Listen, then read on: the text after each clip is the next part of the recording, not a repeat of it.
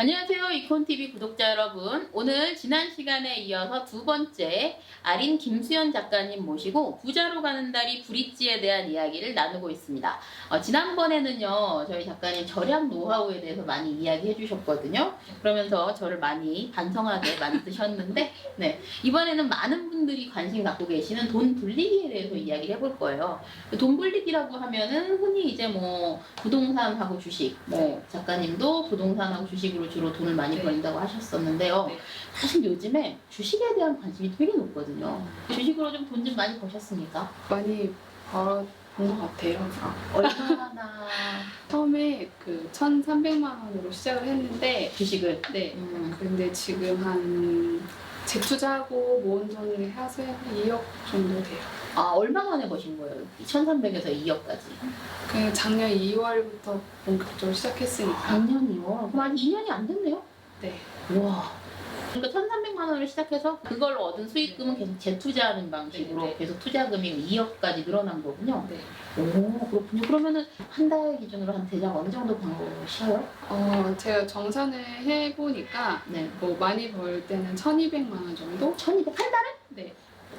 1,200만 원 정도 벌었고 한 500만 원 정도 되는 것 같아요. 평균적으로 네. 500. 진짜 뭐 내부자 정보라도 얻으시는 거예요? 아니면 뭐 하시는 거? 어떻게 비결이 뭡니까?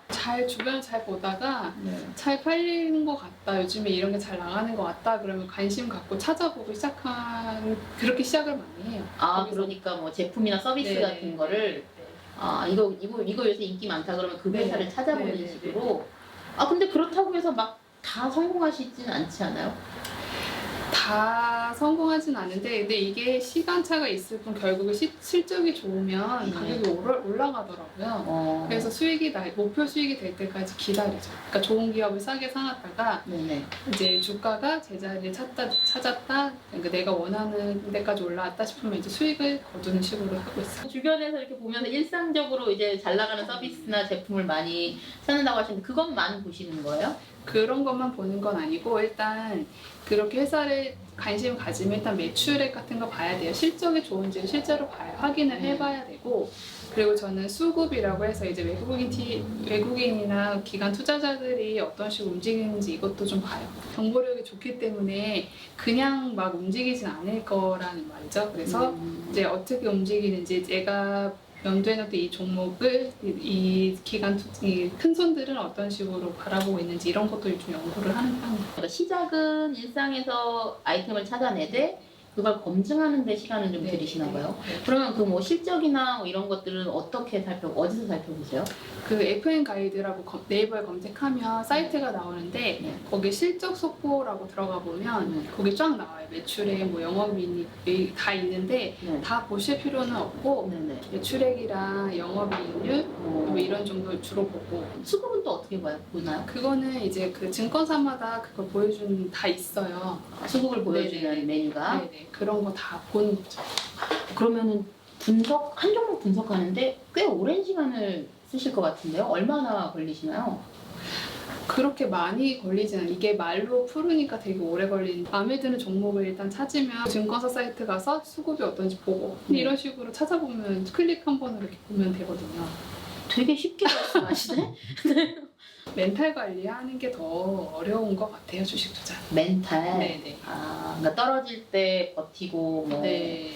그러니까 이게 어쨌든 기본은 쌀 때 사는 게 제일 중요해요, 사실. 쌀 때. 네. 내가 아무리 마음에 드는 기업이 있다고 해도 카카오가 마음에 들어. 근데 최근에 많이 이렇게 올랐잖아요. 그러니까 제가 제일 많이 들었던 질문이 카카오 지금이라도 살까요? 저 그거 사실 궁금했어요. 지금 막 엄청 지금 사도 되나요? 그러니까 지금도 많이 보여요. 카카오 지금 사도 되나요? 이거 진짜 많이 물어보시거든요. 돼요? 사요? 좀 더 있다가. 아무도 알 수가 없는데, 일단 주식 격언 중에서 떨어지는 칼날을 잡지 말라는 말이 있어요. 네, 들어는 봤죠, 저도. 네. 네. 그래서 이게 바닥인지를 확인을 해야 되니까 일단 더 기다려 보는 거예요. 내가 여기가 바닥인 줄 알고 샀는데 지하로 뚫고 내려갈 수도 있거든요. 이제 상승으로 완전 전환됐다고 느껴질 때 전에 더 싼 가격인 걸 봤지만 그때 들어가는 게 더 안전해요.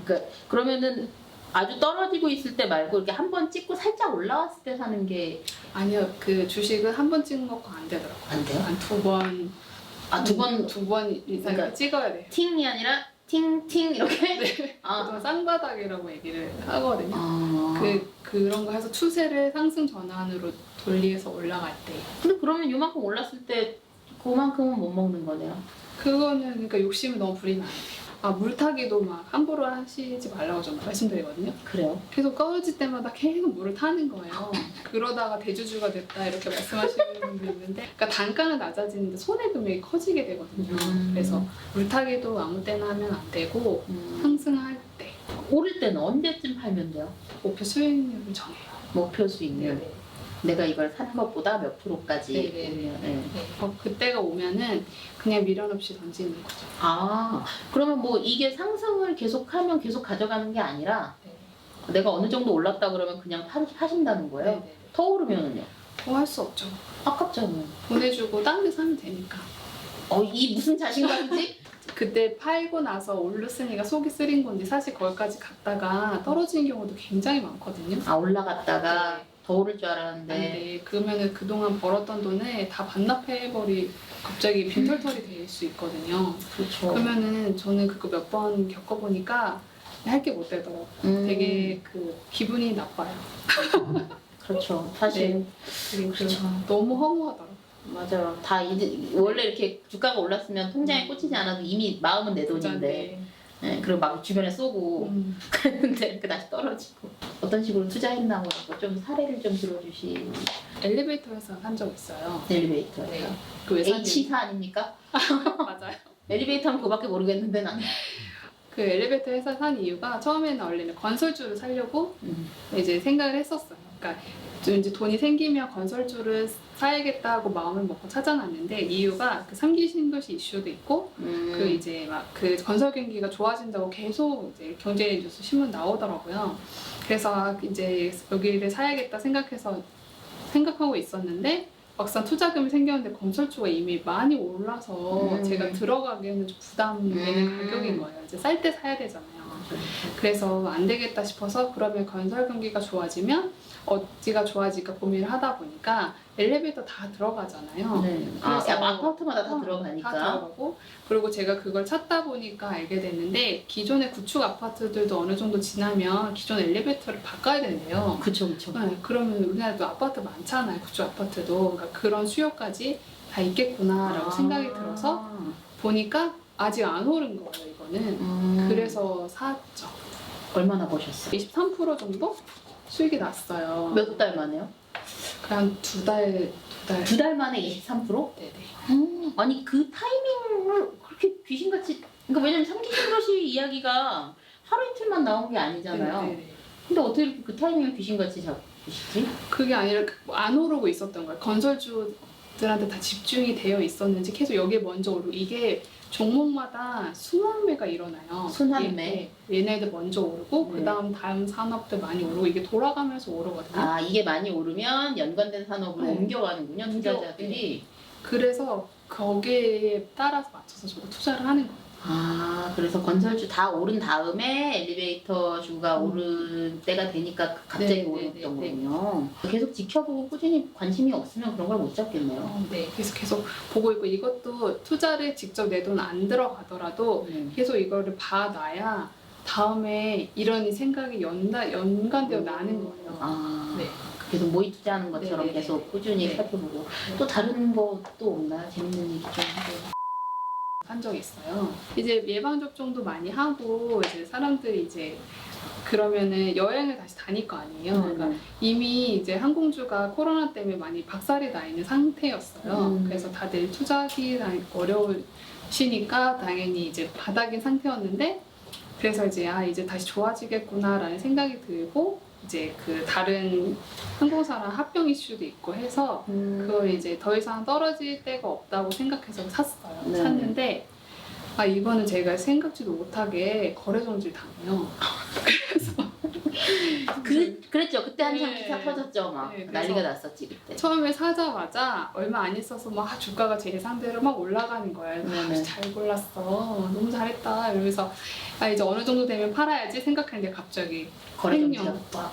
횡령 뉴스 뜨면서 거래 정지된 거예요. 그래서 갑자기 제 돈이 묶여버린 거예요 거기에.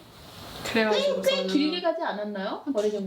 두 달을 묶인 것 같아요. 아, 그래서 이거 뭐 빼지도 못하고 막 그러고 있었는데 그래서 그때 한참 막 상장 폐지 되는 거 아니냐 이런 얘기도 나오고 막 그랬었는데 저는 상장 폐지는 안 될 거라고 이제 생각하고 있었기 때문에 아니 왜 그렇게 확신을 갖고 계셨어요? 일단 항공사 자체가 이제 우리나라 기간 산업이잖아요. 그렇죠. 그래서 그렇게 막 상장 폐지되고 아. 그럴 일은 없다. 쉽게 없어지진 네. 않을 것이다. 네. 어. 근데 이제 거래 정지가 풀리면 급등 한번 나오겠구나. 아. 그래서 이제 기다렸어요 그날을. 그날 잘 팔고 나와야 되니까. 실제로 거래 정지가 그래서 일주일씩 연장이 되는 거예요 자꾸. 그래서 그걸 잘 체크하고 있다가 거래 정지 풀리는데 실제로 급등이 나왔거든요. 그래서 그날 잘 팔고 나왔어요. 급등하고 바로 떨어지지 않았나요? 네, 그래서 그날 보고 있다가 네. 이 정도에서 나오자 그래갖고 팔고 나왔죠. 아, 잘 탈출하셨네. 그럴 땐 진짜 잘 빠져나와요. 아, 진짜 주식은 정말 어떻게 예측할 수가 없는 거군요. 없어요. 그게 그렇게 될 줄 알았나. 대응하는 수밖에 없더라고요. 그렇죠. 네. 예측 말고 대응. 네. 그렇죠. 공모주 투자도 많이 하세요. 네, 해요. 하고 있어요. 어떤 식으로 주로 하시나요? 아무거나 다 넣으세요, 그냥? 일단 있는 대로 다 넣지는 않고 저는 좀 골라서 넣고 있거든요. 좀 이제 왜냐면 공모주가 다 오르는 게 아니라 상장날 바로 밑으로 떨어지는 애들도 간혹 있어요.